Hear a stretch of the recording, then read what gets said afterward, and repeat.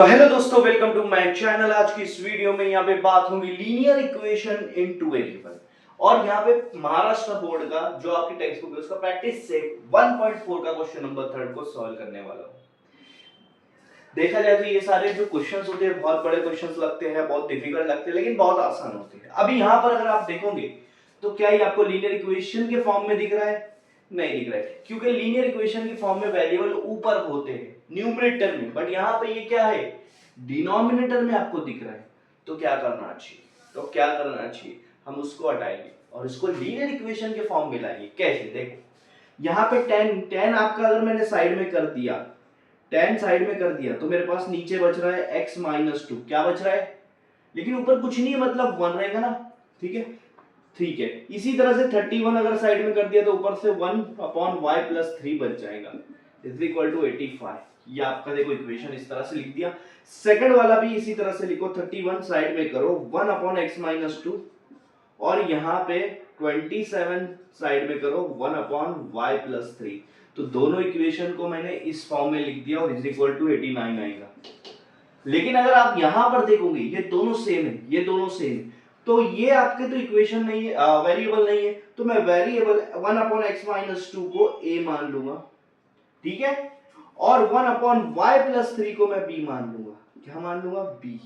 तो इससे क्या होगा, इससे ये होगा कि आपकी ये जो फॉर्म है ये linear equation in two variable के फॉर्म में आ जाएगा। कैसे? देखो मैंने इसको क्या माना, a, तो ये 10 के बाजू में मैं इसकी जगह पे रख दूंगा a, उसके बाद प्लस यहाँ पे 31 है, ठीक है।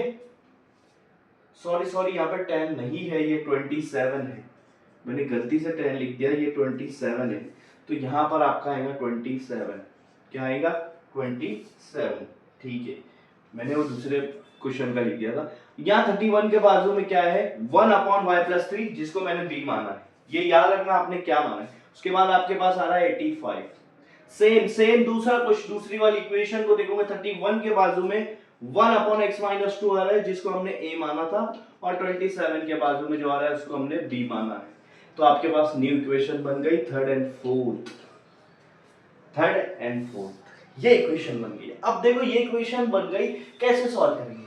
मैंने आपको 1.1 में बताया था, अगर डायगोनल एलिमेंट सेम आ गए, ये दोनों सेम और ये दोनों सेम, तो सबसे पहले यहाँ पे ऐड करो, इन दोनों का ऐड करो। 27 प्लस 31 58a, कितना हो जाएगा? 58। ये दोनों को भी प्लस करूंगा तो 58b हो जाएगा, और ये दोनों को प्लस करूंगा तो 88 160 169 प्लस 4 15 174। कितना आ रहा है? 174। इन दोनों में कॉमन क्या है?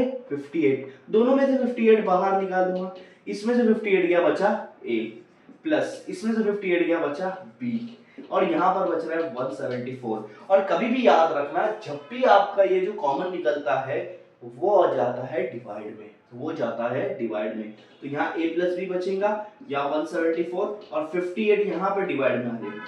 अब अगर आप ध्यान से देखोगे तो 58 का टेबल है, 58 मतलब 50 और 8, 50 को डबल करूंगा 100 हो जाएगा, ट्रिपल करूंगा 150 हो जाएगा, 53 जा 153, बचा 8 को 3 से करूंगा मल्टीप्लाई तो 24, 152 और 150 और 24 को प्लस करूंगा 174 आएगा। इसका मतलब 58 के टेबल में 174 कितने पे आ रहा है? 3 पर। कितने पे आ रहा है? 3 पर। तो आपको इक्वेशन मिलती है, इसको फिफ्थ इक्वेशन दे दूंगा, a plus b is equal to 3। क्या मिल रही है? a plus b is equal to 3, ठीक है। अब आपको फिर से इसको सॉल्व करना है, ये दोनों इक्वेशन को फिर से सॉल्व करना है, और सॉल्व करके करोगे क्या करोगे? कैसे सॉल्व करोगे? सब्सट्रैक्ट करना है। सब्सट्रैक्ट इक्वेशन 4 फ्रॉम 3 में से 4 को सब्सट्रैक्ट करना है। सब्सट्रैक्ट करने के लिए सिंपल सा तरीका है, नीचे वाली इक्वेशन की साइन चेंज कर दो, जो प्लस में है उसको माइनस में लिखो और जो माइनस में उसको प्लस में लिखो। अब यहाँ सब प्लस में था तो सबको मैंने माइनस में लिख दिया। देखो 27 में 31 जाएगा, 27 प्लस है 31 माइनस है, तो प्लस माइनस माइनस होता है, इसलिए बड़े नंबर में से छोटा नंबर माइनस करने का। 31 में से 27 गया 4a बचेगा, और बड़े नंबर जो भी है उसकी साइन लगा दो माइनस। यहाँ भी 31 में से 27 गया 4b बचेगा, बड़े नंबर की साइन प्लस। 85 माइनस 89 माइनस 4 बचेगा, बड़े नंबर की साइन माइनस। इन दोनों में क्या कॉमन है? इन दोनों में 4 कॉमन है, तो यहाँ बच रहा है -a प्लस यहाँ बचेगा सिर्फ b, क्योंकि 4 तो कॉमन निकल गया, यहाँ बच रहा है -4। बताओ ये 4 इधर आके क्या होगा, डिवाइड, क्योंकि कॉमन निकला है। -a plus b is equal to -4/4। 4 4 cut, बचेगा 1, तो -a प्लस b 1 बचेगा, लेकिन यहाँ साइन माइनस किए तो माइनस लगाएंगे। ये आपकी 6th इक्वेशन है, ये आपकी 6th इक्वेशन है। फैन जो है वो बंद है, इसकी वजह से बहुत प्रॉब्लम होती है, पर कोई बात नहीं। अभी यहाँ पे आपको 2 इक्वेशन मिल गया, ये 5th इक्वेशन, ये 6th इक्वेशन, दोनों को सॉल्व करेंगे, दोनों को सॉल्व करेंगे, दोनों को सॉल्व करेंगे। 5th इक्वेशन यहाँ लिख दो, a plus b is equal to 3, a plus b is equal to 3। 6th equation उसके नीचे लिखो, -a plus b is equal to -1। देखो आपका ये साइमल्टेनियस इक्वेशन के फॉर्म में आ गया। a और b अभी तक के नहीं निकला, इसलिए इसको निकालना पड़ेगा।